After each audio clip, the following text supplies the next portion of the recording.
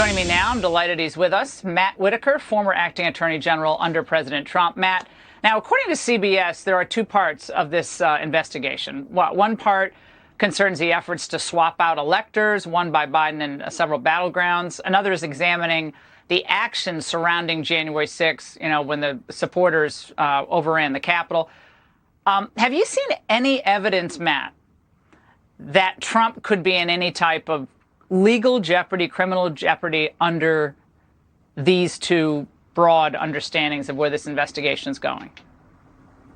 Yeah, I have not, and I'm glad to be with you. And your introduction in the monologue was spot on. That's exactly what the left is trying to do here. I was shocked by what Merrick Garland said. Essentially, leaks were given to the Washington Post the day before his interview, and instead of saying, I can't confirm or deny the existence of an investigation, or I can't talk about ongoing investigations, he gave the left exactly what they are demanding from him, which is essentially he pretty much confirmed Donald Trump is under investigation and we should rejoice. These people are sick, and it's just really sad to see the Department of Justice be taken to this level of political persecution. They did it in 2016 with the Russian collusion hoax. Then Congress took over with the two impeachments, and now they're working together and colluding with Congress and the Department of Justice to try to finally come up with some way so that they don't have to oppose him in 24 if he decides to run.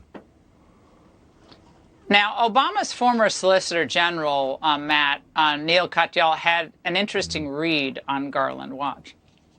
This is the kind of guy you want running that prosecution, an attorney general who's not bloodthirsty, who's cautious, who's incredibly respected both by Republicans and Democrats, approaching it like the way a true Justice Department prosecutor would, in the most sober, careful way possible. Fascinating. That's exactly what they said about Robert Mueller, is it not? Yeah, it is. And I mean, Neil pretty much just needs to put on a red nose because that's exactly what he is. What he's saying and what he's not saying is that actually Merrick Garland is probably one of the most partisan people that could have possibly been picked for that job, because remember, the Republicans are the one that held back his Supreme Court nomination. And I guarantee you that in his mind, he wants to pay back the Republicans like Chuck Grassley and others that didn't allow him to sit on the mighty Supreme Court. And so Neil Katyal is a complete leftist. Everything he says is in support and admiration of, Marxist and left-wing ideology. And I wouldn't, believe a single word he says when it comes to vouching for somebody like Merrick Garland. A friend of mine who's not really a big Trump fan texted me today saying I'm basically annoyed about Trump not telling people to come out of the Capitol sooner, but the idea that this rises to criminal intent to try to overthrow the government, it's just, I can't believe he said laughable. So Don Trump Jr. was against the plan, but the president was for some kind of plan which has no specifics. I mean, the whole thing is just, it's like La La Land. It is. They're looking for any set of facts that they can prevent.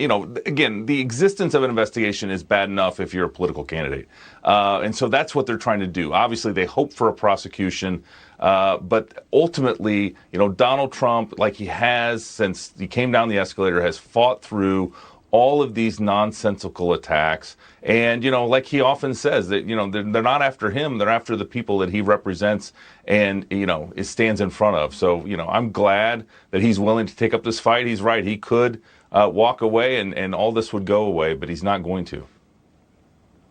Well, Business Insider pointed out that Trump, in his tweets, they made a big deal about this, avoiding the phrase, the election is over, in his tweets, where he accused the vice president of not having courage to overturn the election. They're saying that these examples suggest a certain kind of intentionality, Matt, for a particular outcome. That's Robert Weisberg from Stanford. Is a tweet, a phrase not used in a tweet, that's now intent to commit a crime? I must have gone to a different law school. I know Stanford's a fantastic law school, but I must have missed that in law school.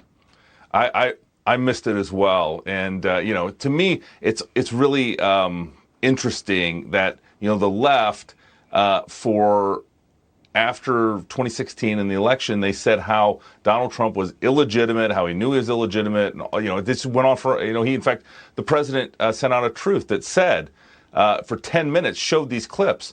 And, when the shoe's on the other foot, they immediately do these kind of things, suggest that somehow not saying the right words is evidence is the mens rea for a conspiracy to commit a seditious treason. I mean, it's nuts, and it's too bad that we have to talk about this. But I think people that support President Trump, or even they need to know the truth. Matt, thank you. It's great to see you.